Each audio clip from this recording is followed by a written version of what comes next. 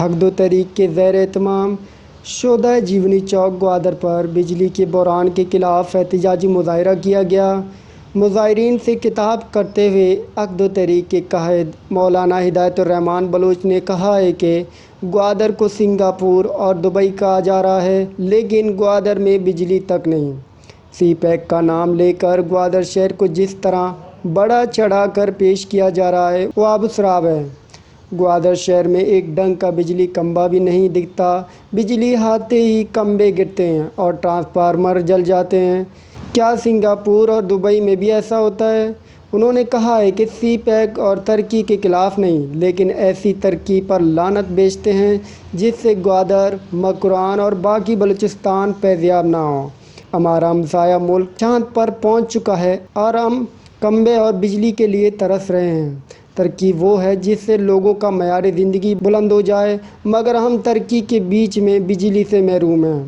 انہوں نے کہا ہے کہ ملک کا نظام بنانے والوں نے عام لوگوں کے بجائے اشرافیہ کے مفادات کو تحفظ فراہم کیا ہے۔ ملک کا اشرافیہ تمام تر سہولیات سے مستفید ہو رہا ہے، مگر عام لوگوں کی زندگیاں اجیرن بن چکی ہیں۔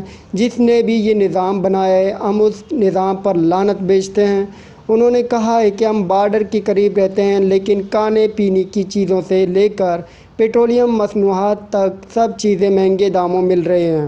صوبائی حکومت کی نااہلی کی وجہ سے مہنگائی کنٹرول سے باہر ہے اور یہاں کا دکاندار بھی مہنگائی کا ذمہ دار ہے۔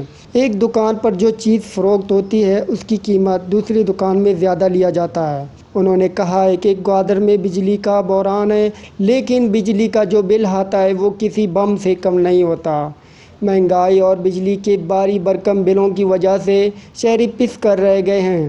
انہوں نے کہا ہے کہ باقی دنیا بجلی کی پیداوار کے لیے منصوبہ بندی کرتے ہیں اور بجلی عوام کے لیے سستی ہوتی ہے، لیکن ہمارا وزیر اعظم گوادر آ کر بجلی کی فراہمی کا افتتاح کر کے 24 گھنٹے بجلی دینے کا مشورہ سناتا ہے، لیکن بجلی کا بحران شروع ہوتا ہے۔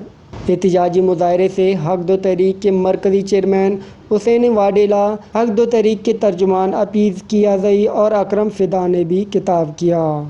وش نیوز گوادر۔